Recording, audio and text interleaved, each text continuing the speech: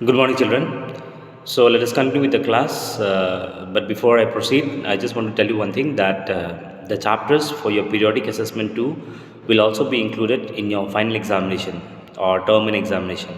So, which means, first of all, note down the syllabus for your final examination. It includes a chapter for PA2 as well, that is chapter 15, 16, 17, and 18. These were the chapters for your periodic assessment 2, right? Along with this, other additional chapters are chapter 9, communication, chapter 11, the machine age, and chapter 12, health and science.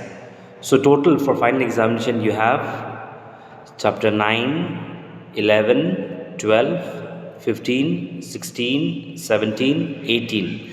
And 15, 16, 17, 18, we are already done with all the notes and explanation. So, we have got 3 more chapters to be covered up. So, in total, you will have 7 chapters. So, now let us start with chapter 9, communication.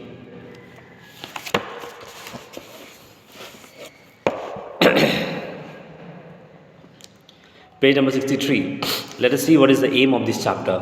By the end of this lesson, you will be able to understand verbal and non-verbal communication, means of communication, that is telegraph, fax, telephone, radio, television, and cinema. And also, you'll get to know what do you mean by email and internet. Communication. The word communication is derived from a Latin word communicare, meaning to share. Underline that. Thus, communication is a sharing or exchange of information, thoughts, ideas, and feelings through signs and symbols. Communication is the use of different mediums to exchange information. The medium includes writing or just speaking. Communication is a two-way process. There is always a sender and a receiver. Underline that as well. Communication is a two-way process. Okay, in fact, even the language in which I am talking to you right now, what am I doing? I'm communicating to you about the chapter, about the what do you call the topic that is there in your textbook. So language also helps in communicating. So it can be through speaking. Communication can be done through speaking. Communication can be done through writing as well. So basically, communication in simple term, if I define you, it means sharing. Okay, sharing or exchanging the information. Now I'm explaining to you the thing which I know or which I have in my mind. I'm sharing it to you. I'm giving you an information. I'm exchanging my information with you. So at many a times in the class, you people may have got certain questions, certain queries, certain doubts. So at that moment, what do? You raise questions. So you exchange your ideas, you share your ideas, right? So what are we doing? We're actually communicating. Our world today may be called a global village because of the fastest means of communication that have made the world a smaller place to live in. Today, we have faster means of communication which have brought people closer to each other.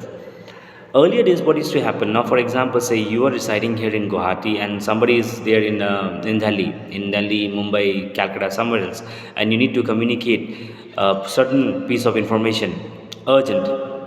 What the only way that was possible was through letters, through postcard, right? We need to write that and post it in the post office, and again it takes a certain number of days depending upon its process distance and all, and then it reaches the person, and supposedly that person needs to reply back to your communication. Again, that person also has to follow the same thing. But today, people sitting in different part of the world, be it in the same country or even in different country, you may be here in India, someone in other countries, say Japan, US, England, anywhere, just at one click of your button of the mobile phone, or because of the internet, we have got so many social networking this messages today. What is that? WhatsApp, Facebook messengers, and various Twitter and all, so many things. So people can communicate within no time nowadays. Messages or informations, or what do you call, sharing of ideas, it can be done within few time, fraction of a second. So it has become much more faster, and that is the reason we feel today that the world has become a very small place. In the olden days, see it's written here, the one I gave you the exam, I gave you only one example, that is about letters, postcard, but there are also different ways, or there were also different ways of communication that was used in the olden days, such as horses, pigeons. Signals were used for sending and receiving messages. These messages took a long time to reach. With the invention of telegraph, sending and receiving messages became easier, quicker, and more reliable. A great revolution took place in the field of communication when telephone was invented by Alexander Graham Bell in 1876. Underline that as well. Telephone. Another means of communication. It was invented by Alexander Graham Bell in 1876. It was the quickest means which allowed two people to speak to each other directly. Now we can speak to people in different states and countries through the subscriber trunk dialing, which means STD. Underline that as well. What is the abbreviation, full form of STD? And also ISD, International Subscriber Dialing. So these are the different facilities because of which we can communicate with people in different states and countries. It has become possible due to communication satellites. Messages can be conveyed to people living across the seas within fraction of a second, as I just told you. Next, we have the different types of communication, that is verbal, generally verbal and non-verbal. Okay, let us do that today, and we'll keep it short, we won't extend. Types of communication. When we talk to others or write to them, communication takes place between us. But for such a communication, language is essential. Communication with the help of words is known as verbal communication. Underline that. The communication which is done with the help of words. Similarly, when we meet our friends, we shake hands with them. This also conveys a meaning, and this is an example of a communication without any use of words. And where communication is done without any use of word, that is called non-verbal communication. Non-verbal communication, many times it may happen, right? Say supposingly you are not happy, you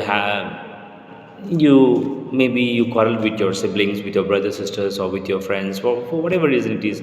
So many times you may not say anything, but what do? You just turn your face the other side, or you don't look at that particular person. What are you doing? You are basically communicating non-verbal. You are sending a message that I'm angry with you, I don't want to talk to you. Without using any word, you are communicating, you're sending a message, you're conveying that I don't want to talk to you, I'm angry with you, right? So that's non-verbal communication. It can be done through visual, through different body gestures and all. And sometimes you see, you look into this, some pictures we have in the figure, in the textbook, some graphs, some symbols, diagrams.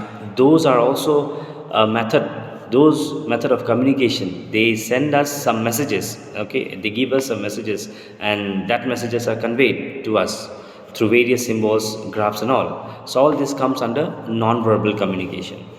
For today we will keep up to this much. Remaining we shall discuss in the next class. Okay, for today I won't assign you any homework. What will I do is that for today your assignment will be read the text. Okay, go through the chapter, just read the text, the entire text. In between, I'll be asking you questions to write down from the text, and the answers for those will not be given. So today's time, you utilize this for reading the textbook.